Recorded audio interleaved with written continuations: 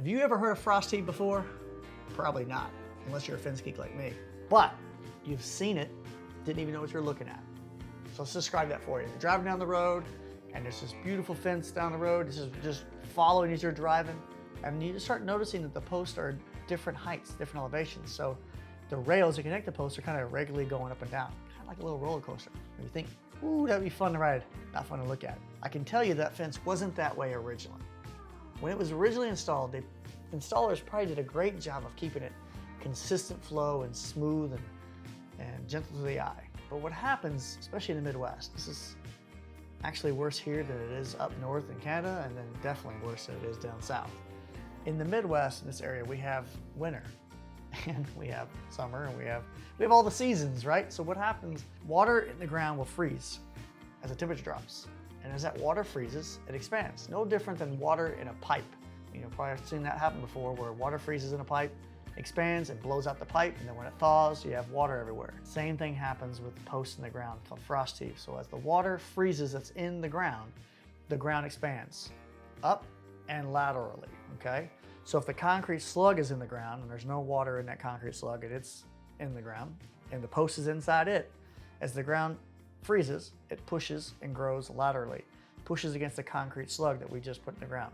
And as it creates that force, if the hole is not deep enough below the frost line, it freezes on top first and freezes down and creates pressure against that post. If it's not deep enough, it starts to squeeze on it and will eventually pop it out. Think of an icy pop, like a popsicle. And you cut the top of that popsicle off and you squeeze it, the popsicle comes right out the top. Same thing happening here. As the ground pushes, it squeezes against that post and pushes the post out of the ground. Very slow, it just pushes it up, pushes it up, pushes it up. And then as it starts to thaw out, water and dirt fall underneath that post. It gets caught on the sides of the hole. It doesn't go all the way back down where it was. And that cycle, that frost heave cycle, repeats itself over and over and over and starts to jack that post out of the ground. Now the one next to it may not move as much as the one next to that. So what happens is all the fence moves at different rates, and then you get inconsistent elevation changes in those posts, and it looks really bad to the eye. So to prevent frost heave, we do a couple of things. One, we use a dry pack method, which maximizes compression or passive resistance against the soil. Two, we make sure we're well below the frost line at 30 inches minimum. Three, we make sure the bottom of our hole is bigger than the top. So as we dig that hole down, we mechanically chop out the bottom edge of the hole in the ground so that as that concrete goes down, it fills out the bottom, kind of like a bell. And as the ground pushes against it, the concrete cannot go up because it's wider at the bottom. So it holds itself right there.